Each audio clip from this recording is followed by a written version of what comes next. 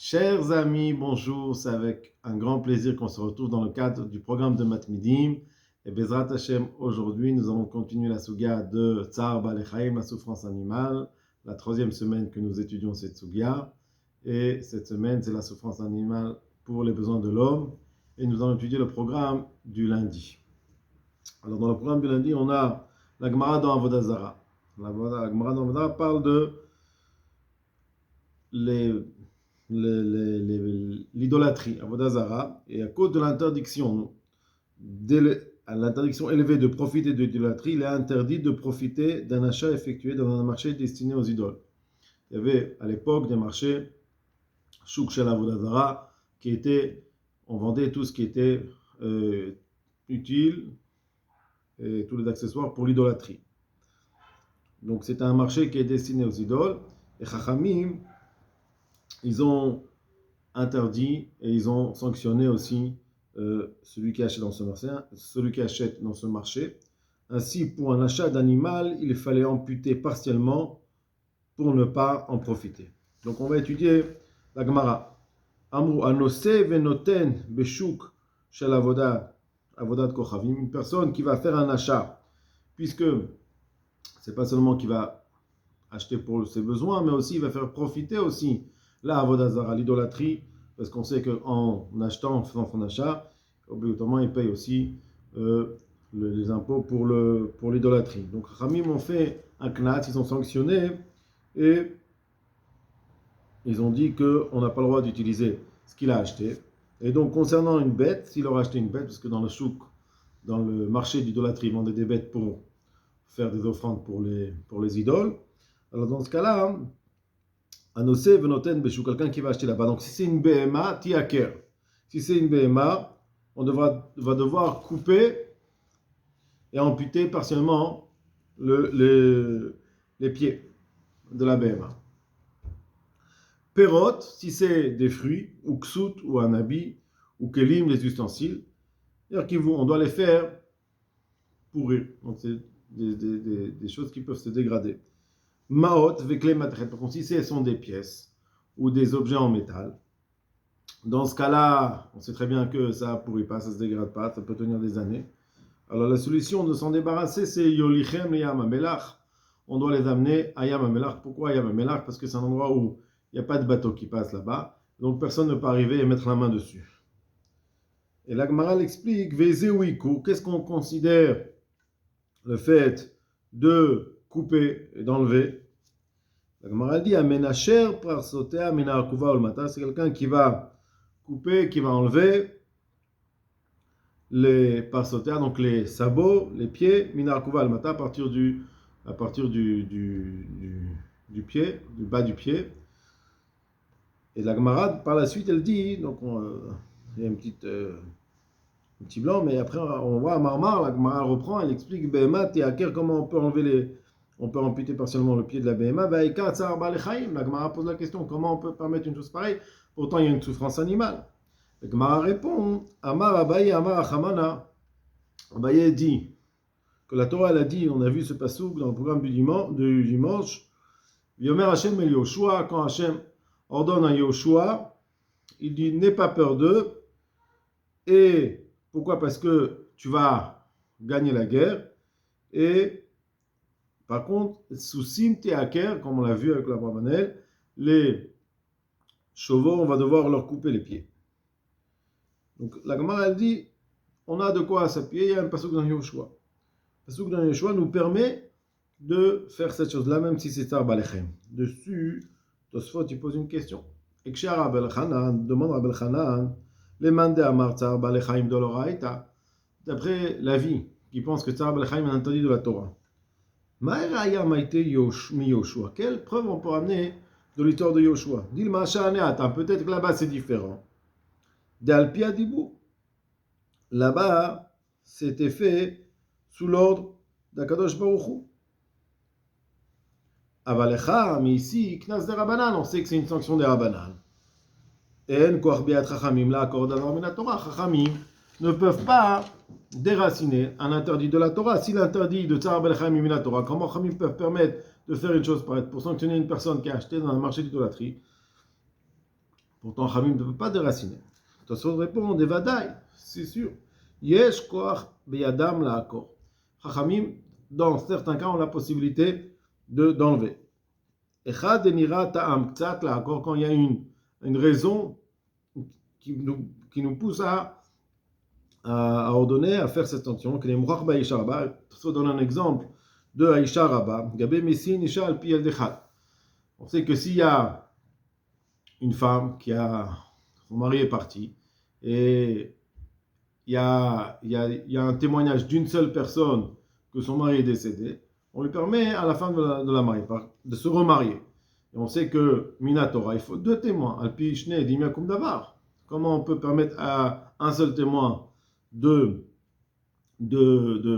permettre une femme à se remarier par l'intermédiaire d'un seul témoin?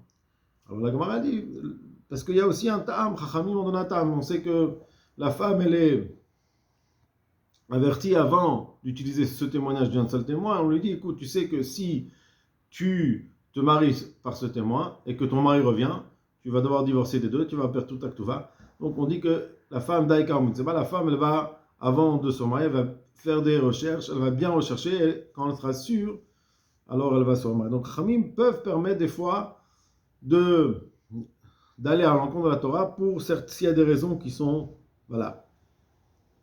Ça, c'est une Gemara concernant la Avodah Zara. On a une deuxième Gemara aussi dans Avodah Zara pour le kavod du roi, concernant le kavod du roi qui représente le kavod du peuple.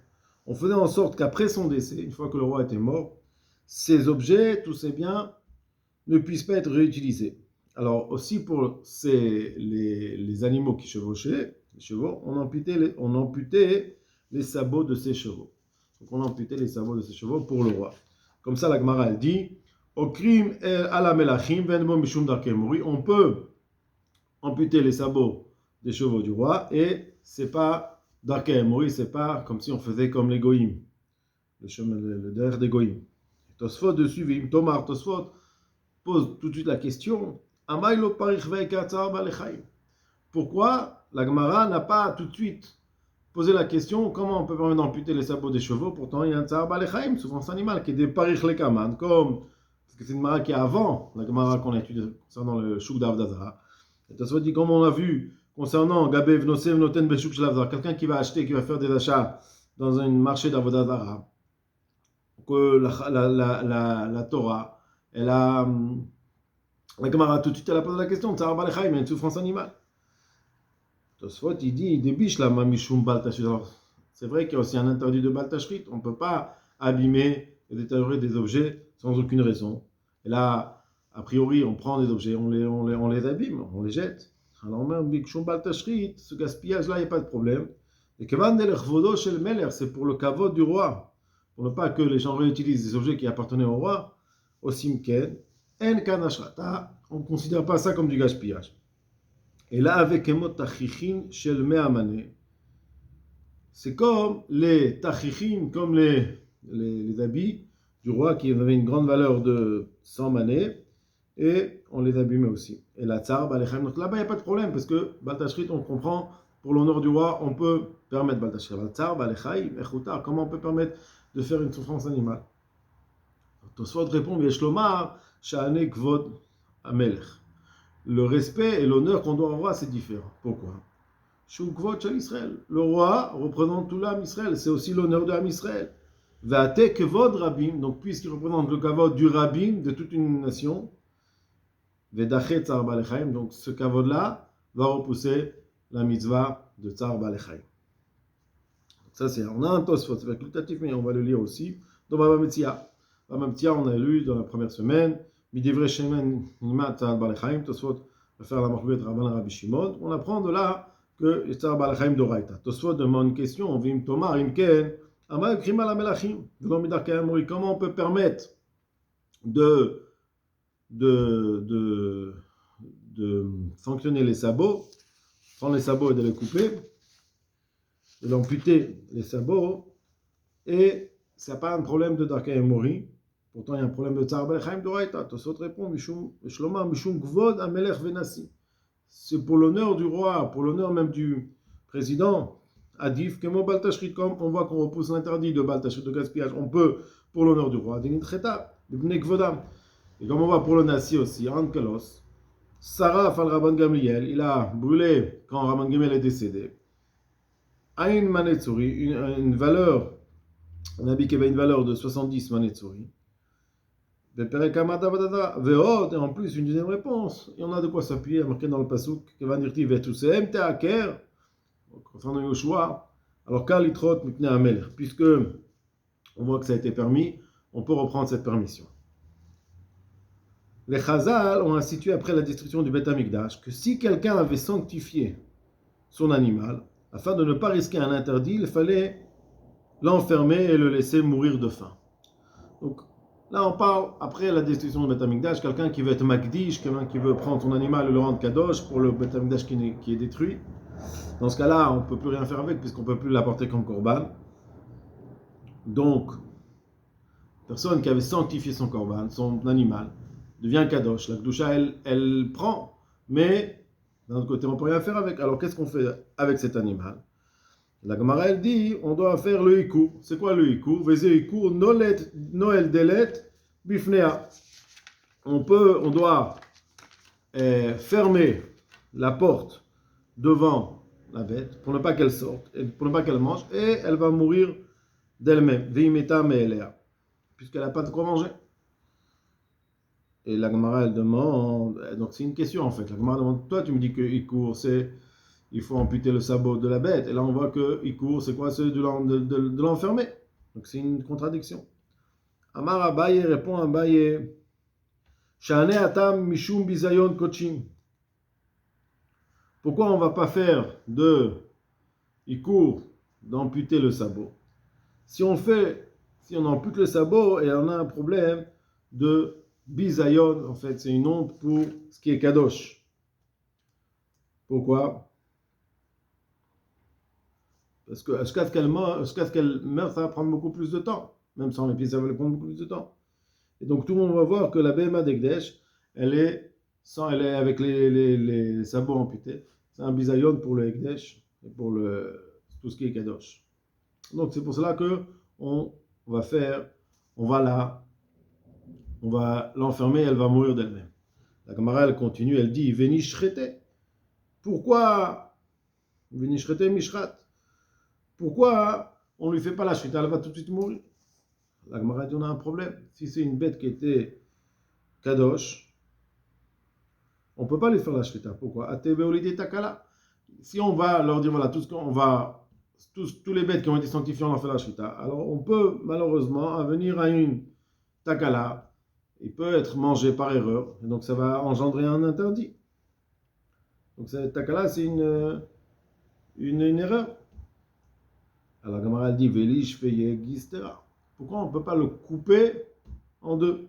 Rashi explique qu'il y a couper la bête en deux. Il n'y a pas de bisayon de kochim parce qu'elle meurt tout de suite. C'est pas qu'elle reste avec des sabots fendus.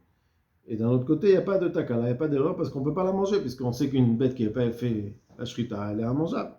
La Gemara répond, Amarabaya makra venitatstem mitzvechotam. Lota asunken. Il y a marqué seulement concernant les avodazara, alors on peut prendre les autels des avodazara et les casser en deux.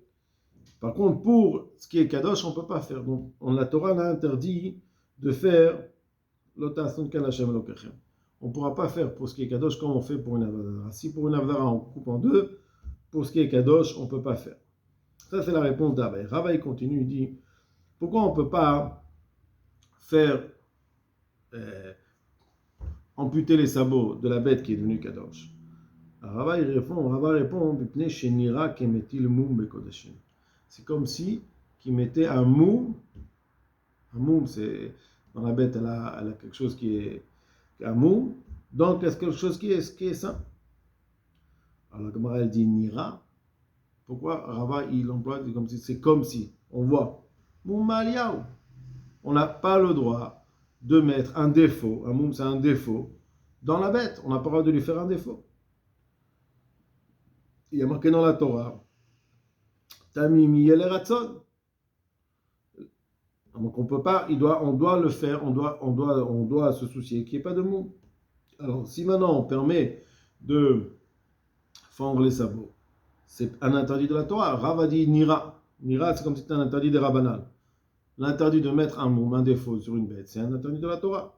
La Gemara dit, c'est seulement que lorsque le Bet Amikdash était encore présent, il était là, il n'était pas détruit. De Chazé la Krava, parce qu'on pouvait utiliser cette bête pour l'offrir. Ashta de lo Chazé la Krava, maintenant qu'elle n'est pas, puisqu'elle est après la destruction du Bet Amikdash, on ne peut pas l'amener en Korban. Alors on ne peut pas faire de. On peut pas on peut pas dire qu'il y a un interdit de la Torah. La Gemara dit, même un animal qui a été sanctifié, qui est devenu kadosh, mais qui a eu un défaut, donc on ne peut pas l'utiliser pour l'offrir en korban. On a un interdit de le rajouter un mot. Alors quelle différence de nos jours où alors on n'a pas le Beth Amikdash, même si on peut pas la bête, on ne peut pas l'amener en offrande, on devrait avoir un interdit de lui faire un défaut, comme toute bête qui avait un défaut dans du Beth Amikdash. Alors la Gemara dit non, il y a une différence. Parce que Neide le chazé les goufa les dme chazé. Une bête qui a un défaut, qu'on a sanctifié, alors on ne peut pas l'amener en offrande, mais on peut l'utiliser pour la vendre. Et après, par la suite, acheter un korban. La fouka, dans notre cas, en l'occurrence, dans notre cas, de l'odami, dans le dme chazé, on ne peut pas la vendre parce que l'argent, on ne peut rien faire avec. Velo les goufa, on ne peut pas l'amener.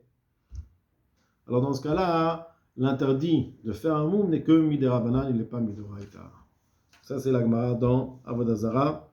Donc, ce qui nous intéresse, c'est concernant le Tsar Balechaim, on voit qu'on nous permet ce Tsar Balechaim, même si c'est un interdit de la Torah, mais pour justement ne pas que les hommes fassent une erreur et utilisent cette bête, alors on permet de prendre la bête, de la mettre dans un endroit, de l'enfermer jusqu'à ce qu'elle meure de faim. Chazak ou Baruch, je souhaite à tous beaucoup d'Atzlacha.